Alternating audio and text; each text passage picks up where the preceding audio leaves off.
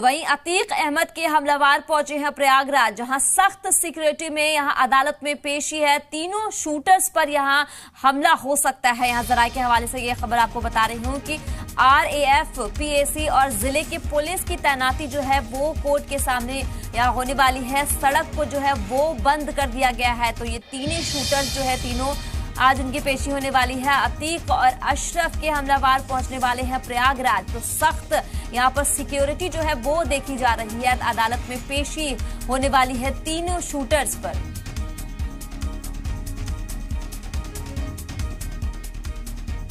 क्योंकि ये तीनों शूटर्स वो हैं जो पूछताछ में ये बता सकते हैं कि उन्हें किसने सुपारी दी थी, किसके इशारे पर वो पहुंचे थे, किसने उन्हें तुर्की मेड हथियार बरामद किए थे। तमाम चीज़ों के लिए इन तीनों शूटर्स का होना ज़रूरी है।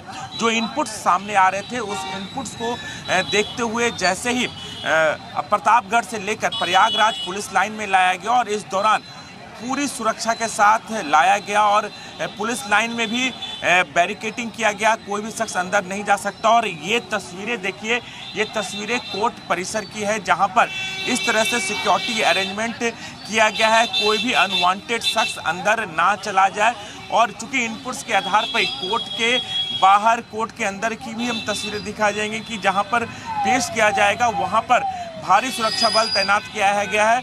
लोकल पुलिस के साथ PSC, RAF के जवानों को तैनात किया गया है। और कोर्ट परिसर के अंदर जब सुनवाई शुरू होगी, कुछ ही देर के अंदर सुनवाई शुरू होने वाली है, तो सुनवाई के दौरान भी वहां पर कोर्ट परिसर में किसी को जाने की इजाज़त नहीं होगी। क्योंकि जब अतीक और अशरफ को भी पेश किया जाएगा उस वक्त भी काफ़ी हंगामा हुआ था, लोगों ने उसे थप्पड़ मारने की भी कोशिश की थी। तो तमाम चीज़ों को देखने को मिला और इसी के कंसर्न देखते हुए प्रयागराज पुलिस ने सुरक्षा के पूरे और पुख्ते इंतज़ाम करेंगे। चूँकि 14 दिनों की रिमांड की मांग की गई है। अब देखना होगा कि कोर्ट STF की पक्ष को सुनने के बाद कितने दिनों की रिमांड देती है, रिमांड का ग्राउंड क्या होता है।